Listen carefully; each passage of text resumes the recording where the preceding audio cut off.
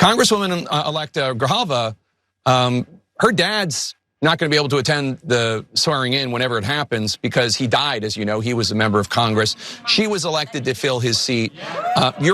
This move is delaying her constituents having elected representation. It's also denying her a moment for her to be sworn in to fill her late father's role. And look, I know you a little bit. That must bother you. Isn't it time just to swear her in already? No. No.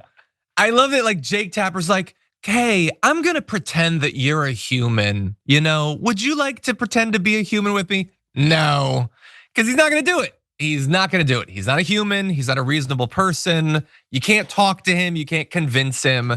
He has to keep her out of power, okay? Because if she gets in, then we're in a bit of a problem when it comes to the Epstein files. And so he expands on his attempt to distract from the real reason in this clip.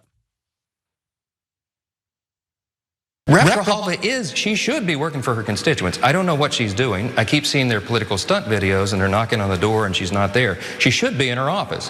She should be working or in the district for her constituents. She's already hired 16 staffers. She should be taking constituent calls. She should be directing and helping them navigate the crisis that her colleagues here have created for her constituents. We're happy to administer the oath. We're going to do it as soon as we get back, but we got to get the lights on first. So there's a few problems with that. First of all, he keeps referring to her as Rep Grijalva. She is not Rep Grijalva because he won't swear her in. She literally is not a representative, yet she also doesn't have the use of her office because he hasn't sworn her in. And the whole idea of like, we have to get the lights back on. First of all, the lights are on. They're very clearly on. I also want to be clear, they're not negotiating. It's not like Mike Johnson took 5 minutes out from 12 hours of meetings with Hakeem Jeffries to do that hit with Jake Tapper.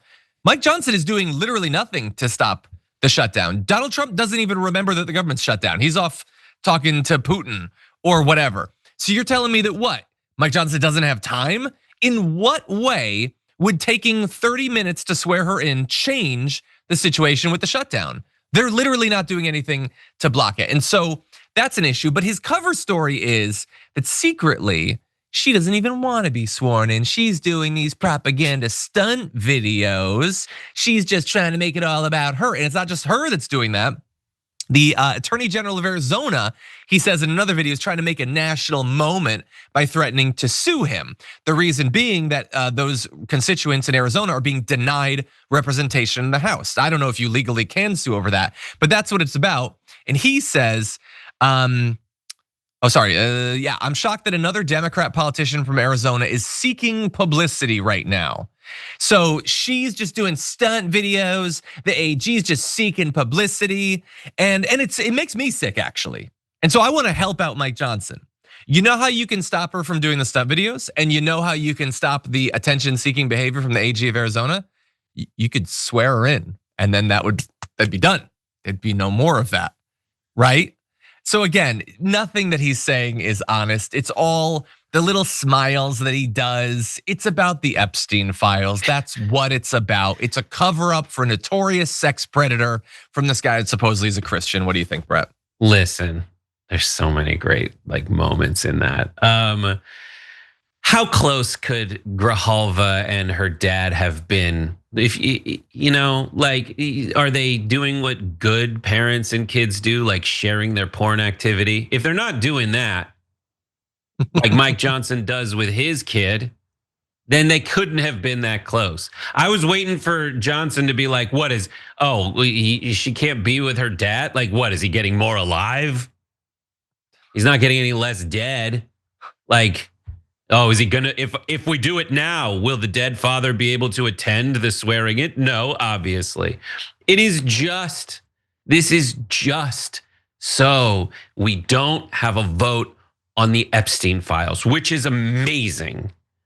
Because the two things that Mike Johnson is doing is keeping the Epstein files secret and shutting down the government so that we raise healthcare premiums on people. Not just poor people, all kinds of people. It's sick. It's sick and ridiculous. I don't like the guy very much. He is basically the scariest person on the planet. He is like a child of the corn that somehow like grew up and became Speaker of the House. Yeah, exactly. No, he's gross and he's my garbage person. Well, those are our garbage people. 38,000 of you voted for your community garbage person of the week this week, and 7% voted for JD Vance for lying about the new Qatari base after the backlash against it. 8% going to Donald Trump for condemning coal miners to a life of black lung and silica dust issues. 29% to Speaker Johnson, defending abuse by both ICE and Representative Corey Mills. But a clear winner, 55% chose the GOP group chat being vile, racist, anti-Semitic little cretins.